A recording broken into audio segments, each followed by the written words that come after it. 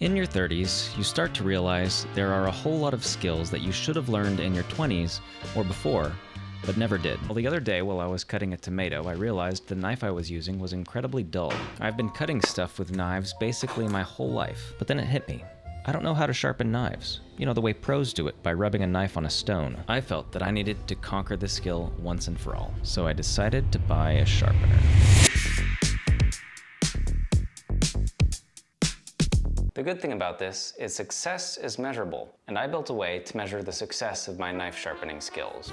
Introducing the Knifometer. Now, I got this idea from a guy on YouTube. Apparently, one of the ways you can tell if a knife is sharp is by measuring it with a tool like this. When you press the knife down on the center here, you weigh how many grams of weight it took to make the cut. The fewer grams of weight, the sharper the knife is. Here we go.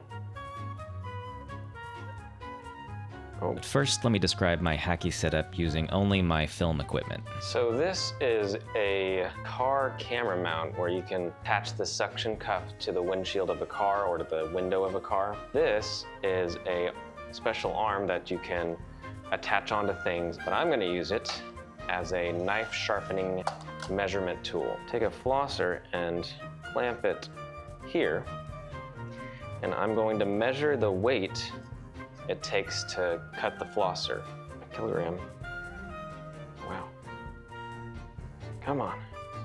Man, those flossers are strong. Sheesh. Maybe this, okay.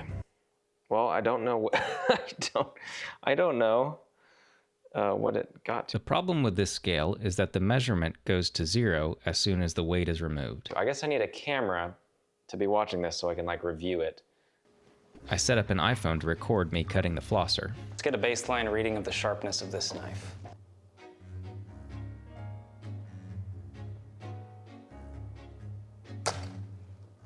So for this cut, I measured about 3.15 kilograms. But just so I had another data point, I decided to take one more baseline reading. While I wait for my sharpening stone to arrive, I figured I would try a couple other sharpening methods just to see how they stack up against the professional method. But first, am I even using the right knife for this tomato? After doing a quick Google search, there are chef's knives, utility knives, paring knives, santoku knives, bread knives, santoku knives, tomato knives, carving knife. Wait, there's a tomato knife? No one ever told me there were tomato knives. Doesn't really matter. I don't have a tomato knife. So this first method of sharpening I'm gonna try is what I like to call the movie chef sharpening. I don't think this actually works because I watched some YouTube videos already, but we'll just see what it does. It's where you scrape the knives together.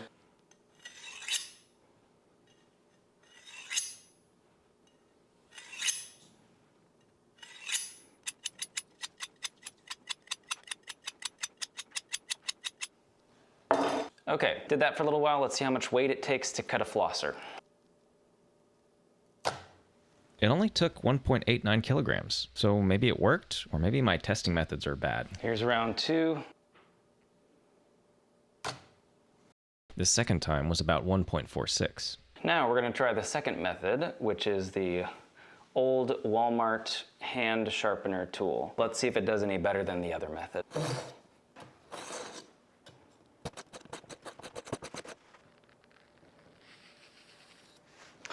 I mean, it looks sharper, so I think it did something. Let's test it. Both the movie chef method and the Walmart sharpener gave me about the same reading. That tells me that the Walmart sharpener is pretty bad. It was only 3 days later when a package arrived.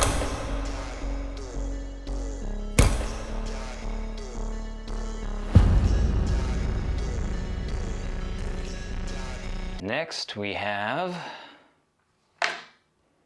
a whetstone. A guy on YouTube whose channel I cannot remember the name of gave an awesome breakdown for how beginners should sharpen knives. I bought the whetstone that he recommended, which does not require the stone to be wet.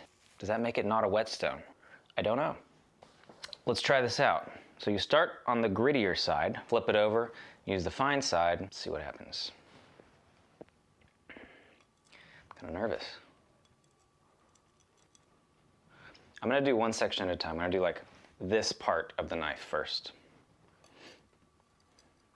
So what I'm trying to do is get a burr, and once I get that, I think I sharpen it on the other side. I think that's how that works. Let's see what happens.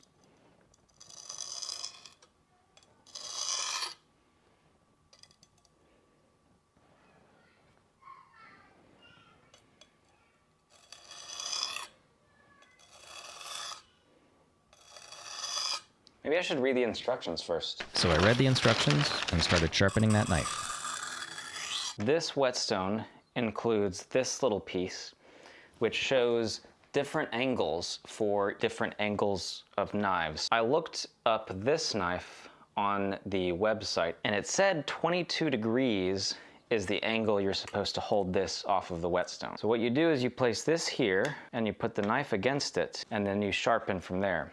But 20 is closer to 22, so I'm just gonna do 20. See what happens.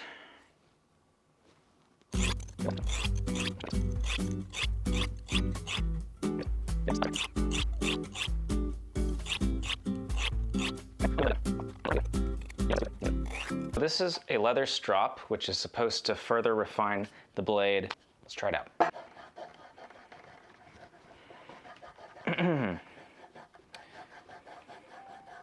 This is like coloring with crayons. This too has one of these handy dandy angle finders. So I'm gonna use the 20 again. Oh, and it's got a different material to keep it stuck to the leather. That's pretty handy. Little did I know, but I was doing this leather strop completely wrong. Oh, I'm taking the material off. I guess you're supposed to do that? Are you supposed to take the material off? I don't know. Man, that's looking nice. Wow, that seemed kind of fast. I have a dilemma.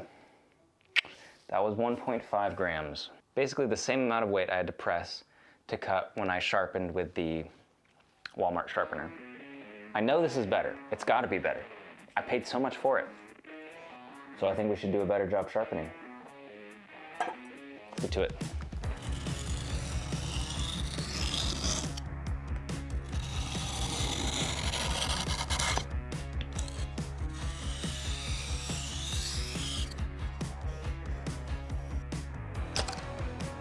Okay, here's the situation. I feel like it's getting sharper. Like when I cut it, I can start hearing the fibers of the floss cut way before it even gets to the 1.5 kilograms. So I think I'm getting there, but it could still be sharper. I could get this cut at like less than a kilogram. If I could do this less than a kilogram, I will consider that a win. Maybe that was a super strong piece of dental floss.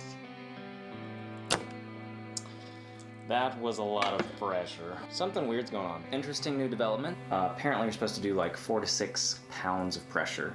And I just pressed on the scale and I was like, ooh, I was like way overdoing it. So maybe that is part of the problem. Let's do some more sharpening. And this is where I realized my major mistake. Guess what? I was using the strop wrong. I was using it like I was using the whetstone. I was pushing into it, and it turns out you're not supposed to do it that way. You're supposed to like pull the blade back. So it's like the opposite movement as the whetstone. So like, you pull it back that way. That makes so much more sense now that I think about it, but I wonder if that was enough to dull the blade. Let me try a test now. See what we're looking at.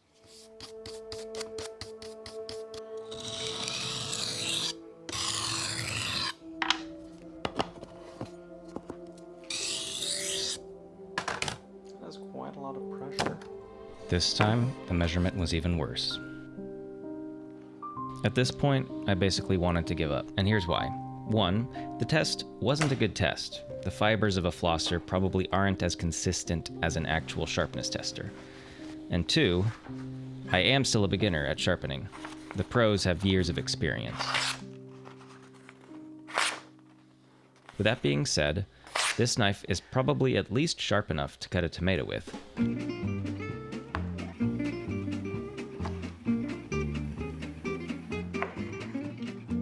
So where does that leave me? Well, 1, I've unlocked a new skill, and 2, I've got a lot of practice ahead of me.